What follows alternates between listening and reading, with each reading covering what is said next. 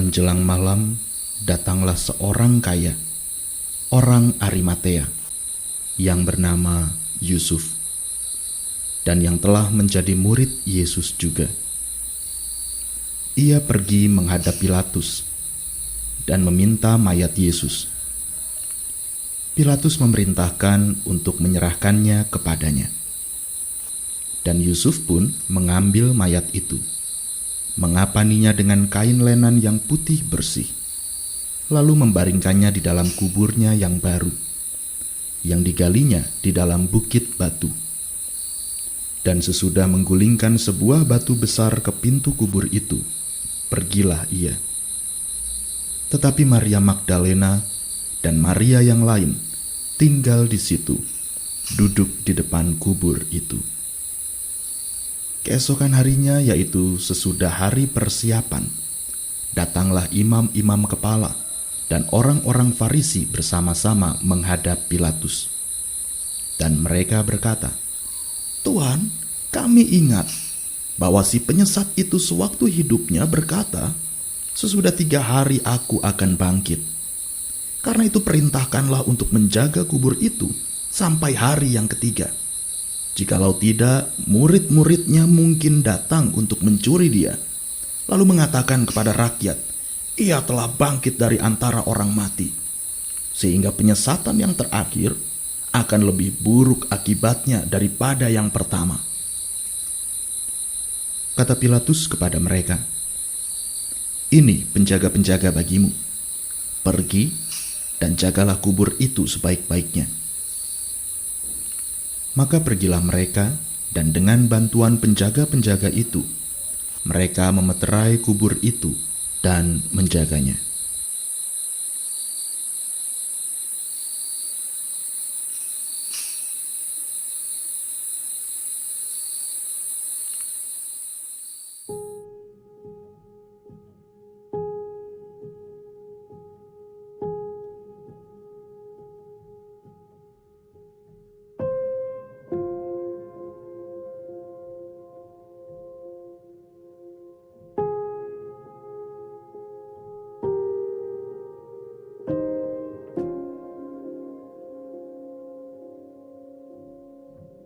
Menghadapi kehilangan bukanlah perkara yang mudah. Berulang-ulang Yesus telah mengingatkan para murid akan penderitaan dan kematiannya.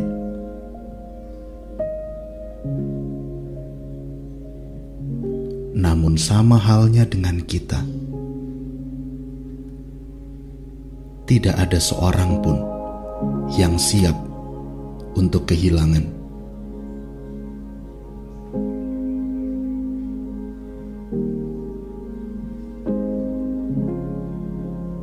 Sehari-hari mereka menghabiskan waktu bersama dengan Sang Guru.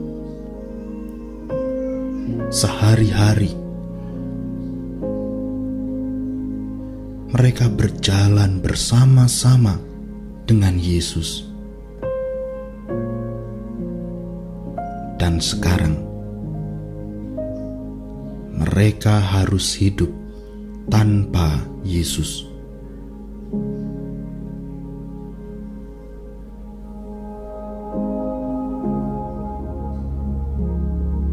Apa yang akan terjadi dengan kita?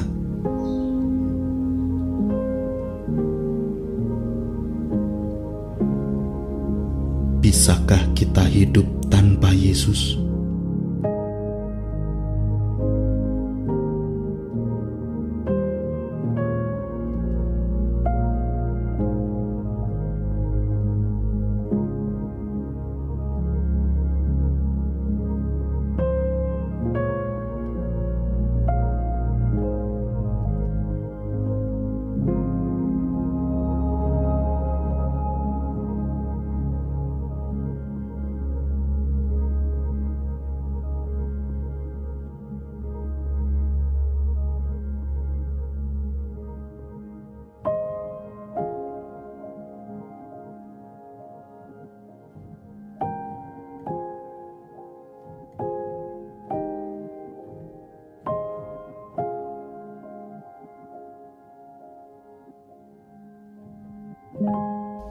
Manusia yang lahir dari perempuan, singkat umurnya dan penuh kegelisahan.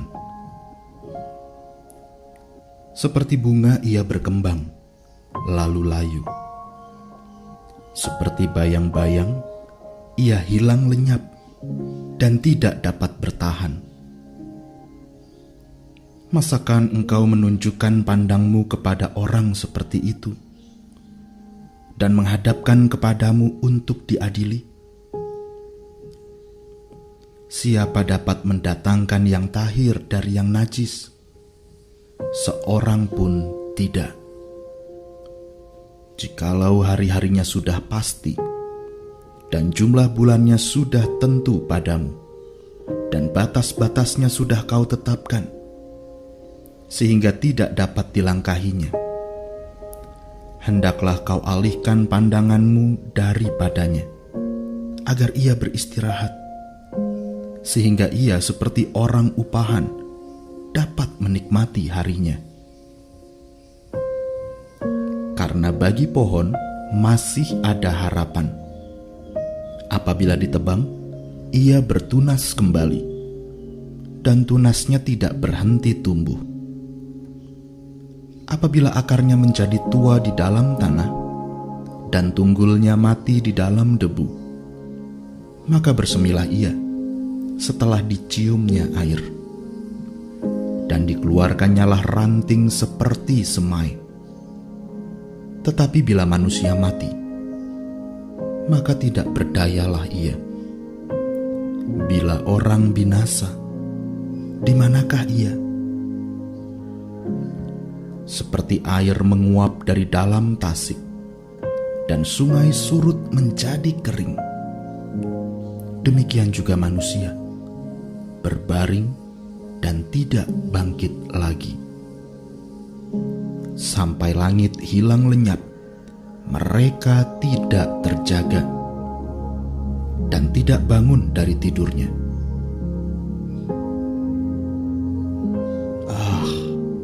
Kiranya engkau menyembunyikan aku di dalam dunia orang mati, melindungi aku sampai murkamu surut, dan menetapkan waktu bagiku. Kemudian mengingat aku pula. Kalau manusia mati, dapatkah ia hidup lagi? Maka aku akan menaruh harap selama hari-hari pergumulanku, sampai tiba giliranku.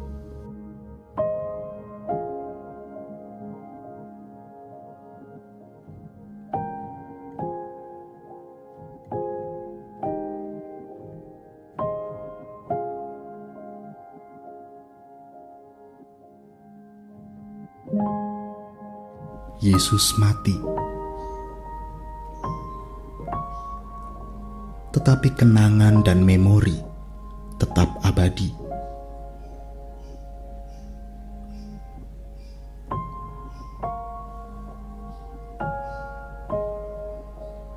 Mengingat menjadi kunci.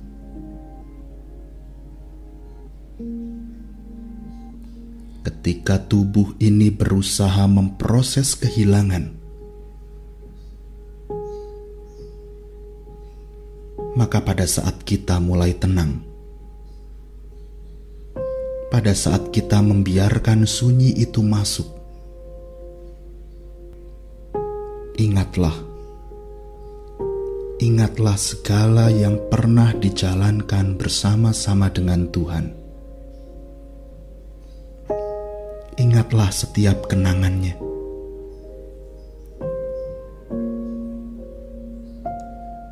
Ingatlah segala pengalaman-pengalaman hidup bersamanya.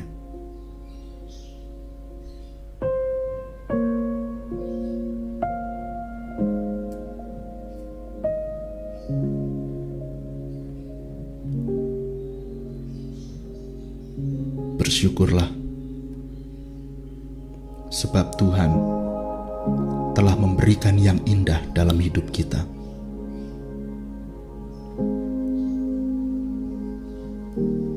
Bersyukurlah untuk kehadiran orang-orang yang pernah mengisi hati kita.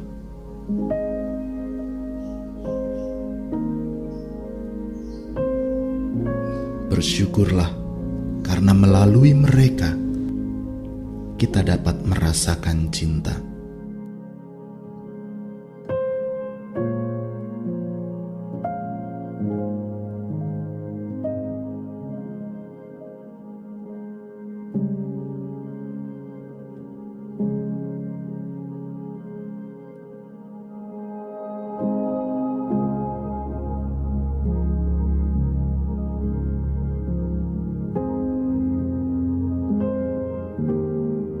Padamu Tuhan, aku berlindung. Janganlah sekali-kali aku mendapat malu. Luputkanlah aku oleh karena keadilan-Mu. Sendengkanlah telingamu kepadaku. Bersegeralah melepaskan aku. Jadilah bagiku gunung batu, tempat perlindungan, kubu pertahanan untuk menyelamatkan aku. Sebab Engkau, bukit batuku dan pertahananku, dan oleh karena nama-Mu, Engkau akan menuntun dan membimbing aku. Engkau akan mengeluarkan aku dari jaring yang dipasang orang terhadap aku. Sebab Engkaulah tempat perlindunganku. Ke dalam tangan-Mu lah kuserahkan nyawaku. Engkau membebaskan aku, ya Tuhan, Allah yang setia.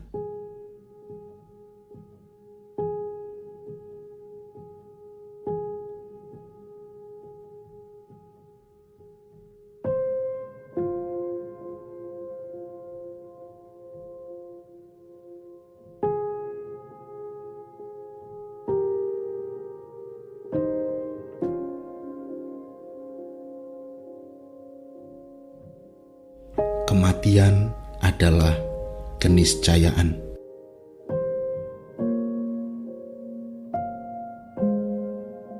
Semua yang hidup pada akhirnya akan mengalami kematian.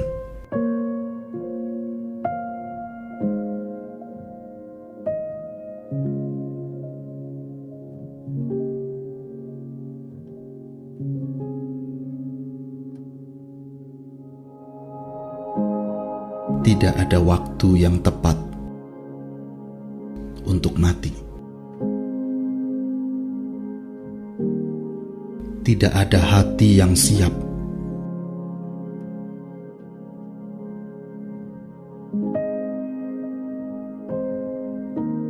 untuk kehilangan.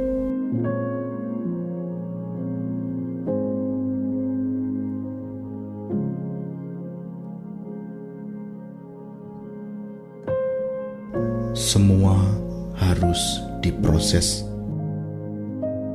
Semua rasa harus diolah.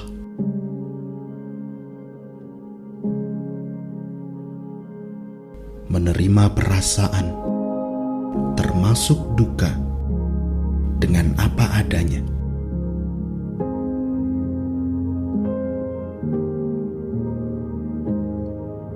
Menerima sakitnya kehilangan dengan tangan terbuka.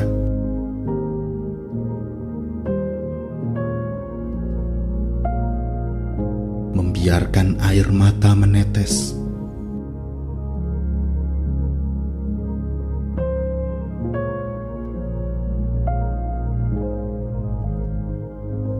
Membiarkan sesak memenuhi dada.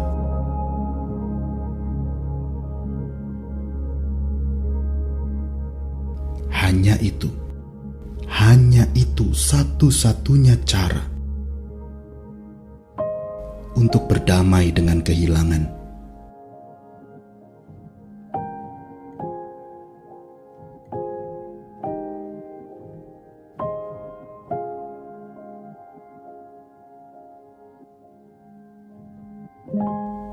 Memberi kesempatan kepada tubuh untuk mencerna situasi yang di luar dugaan.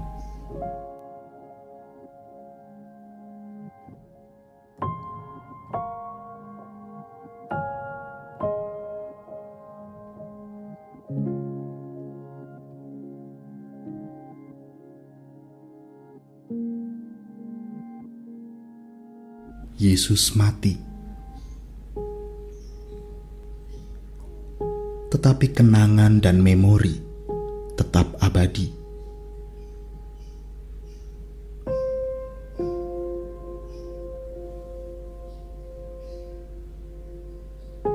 Mengingat menjadi kunci.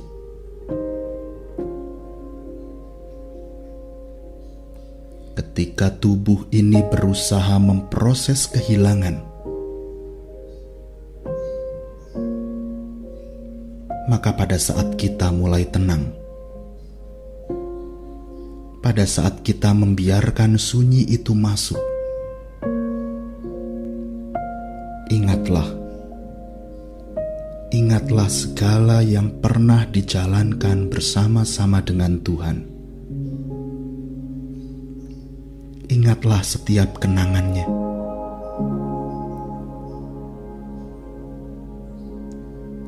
Ingatlah segala pengalaman-pengalaman hidup bersamanya.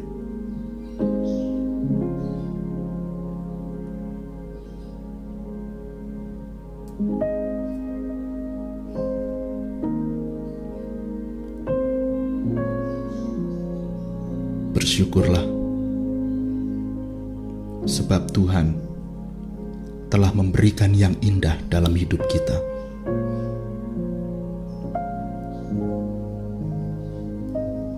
Bersyukurlah untuk kehadiran orang-orang yang pernah mengisi hati kita.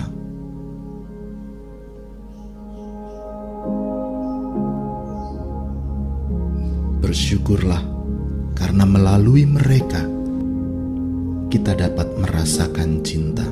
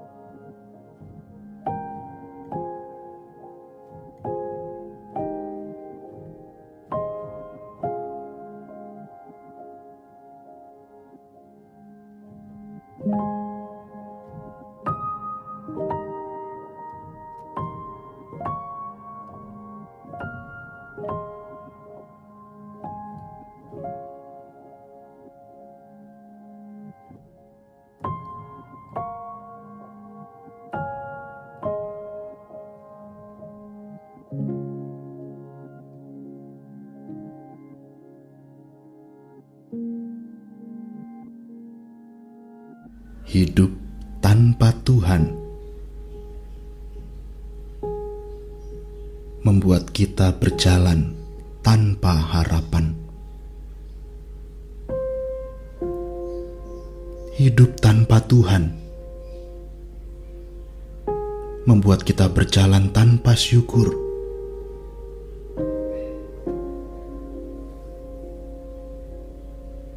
Hidup tanpa Tuhan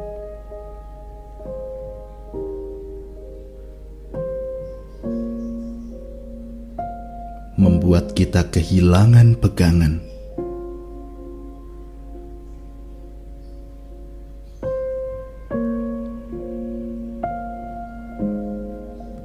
kehilangan arah. Kita kehilangan tujuan. Kita kehilangan makna kehidupan.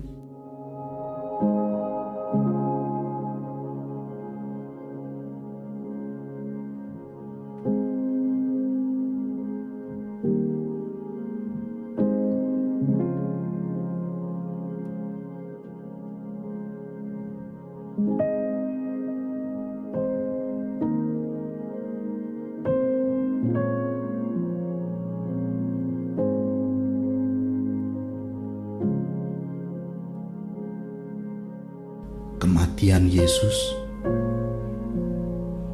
kesendiriannya di dalam kubur,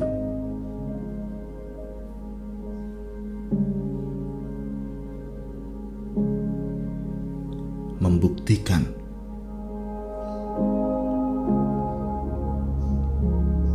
bahwa Allah merangkul kematian sepenuh-penuhnya.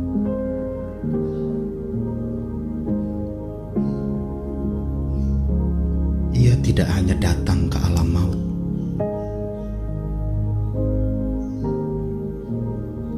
tetapi ia membiarkan diri mati dan menyatu di dalam maut, sehingga anugerah Allah memenuhi maut. Cinta kasih Allah memenuhi maut. Kematian yang mengerikan, kematian yang memutus seluruh hubungan, kematian yang menciptakan keterpurukan, justru diisi dan dipenuhi oleh Allah dalam diri Yesus Kristus.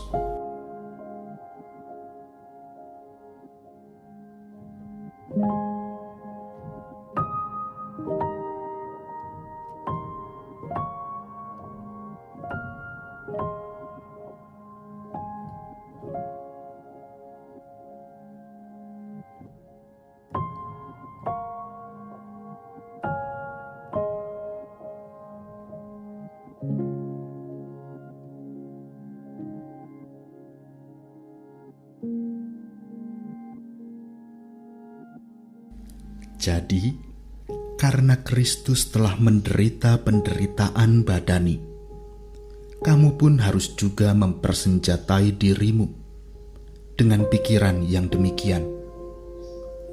Karena barang siapa telah menderita penderitaan badani, ia telah berhenti berbuat dosa,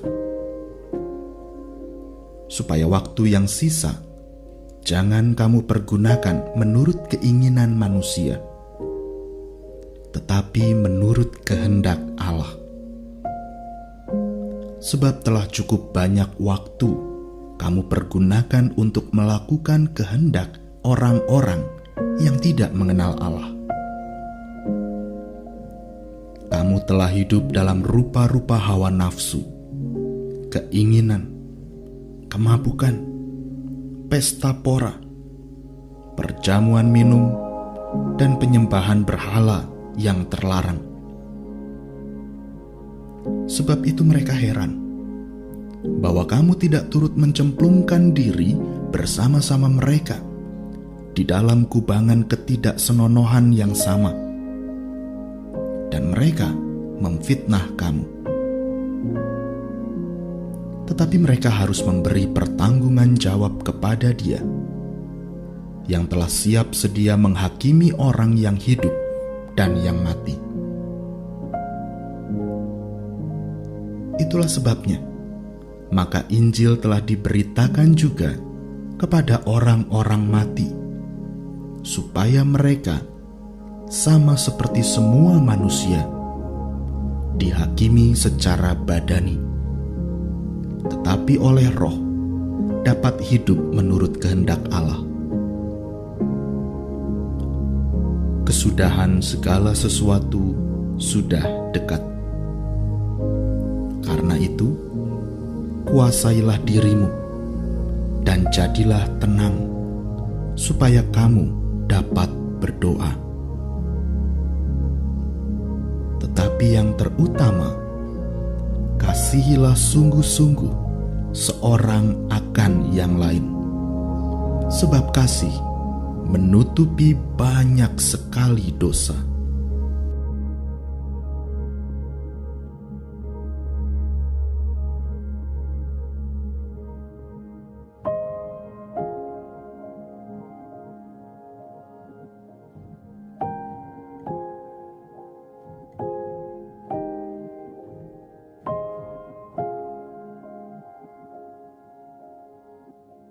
Ketika tubuh kita memproses segala duka cita, ketika mengingat menjadi kunci bagi perjalanan hidup kita selanjutnya,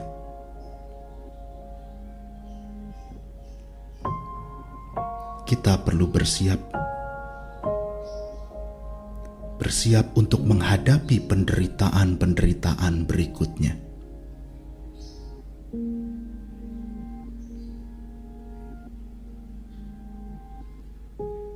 Menghadapi penderitaan dengan kacamata yang baru,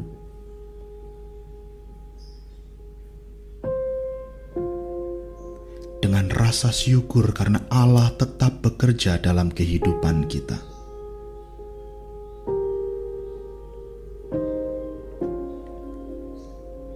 Dengan kekuatan yang justru tumbuh dari rasa kehilangan.